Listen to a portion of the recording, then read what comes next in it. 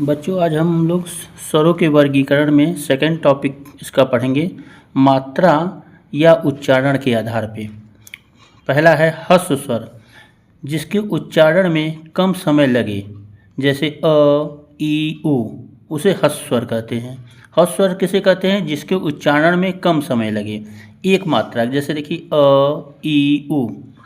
दूसरा है दीर्घ स्वर, जिसके उच्चारण में हर्ष से ज़्यादा या दो मात्रा का समय लगे, उसे दीर्घ स्वर कहते हैं, जैसे आ, ई, उ, ए, ओ, औ। तीसरा है प्लुत स्वर। प्लुत माने होता है उछलना, प्लुत माने होता है उछलना, जिसमें दोनों हर्ष और दीर्घ से ज़्यादा समय लगे, उसे प्लुत स्वर कहते हैं। प्लुत स्वर मतलब क्या है? प्लुत का मतलब होता है उछलना, जिसमें हर्ष और दीर्घ, ये जो दोनों है, हर्ष और दीर्घ, इस दोनों से ज़्यादा समय लगे, उसे प्लुत स्वर कहते हैं।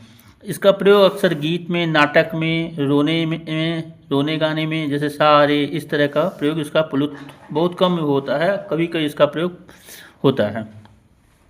फिर तीसरा है जीभ के प्रयोग के आधार पर।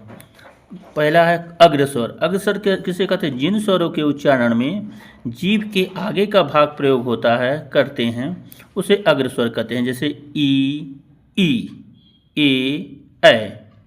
फिर दूसरा है मध्य स्वर। जिन स्वरों के उच्चारण में जीभ का मध्य भाग मतलब बीच का भाग प्रयोग होता है, जैसे अ, उसे मध्य स्वर कहते हैं। पक्ष स्वर मतलब पीछे का। जिन स्वरों के उच्चारण में जीभ का पक्ष भाग मतलब पीछे का भाग काम करता है, जैसे उसे पक्ष स्वर कहते हैं, जैसे आ, उ, ओ, औ। अब कुछ महत्वपूर्ण चीज़ें सुन लीजिए, मैं बता रहा हूँ। जैसे स्वर कितने होते हैं, हमने पिछली बार भी बताया था, स्वर 13 होते हैं। अंग्रेजी में 5 होते हैं, ए, ई, आई, ओ, यू।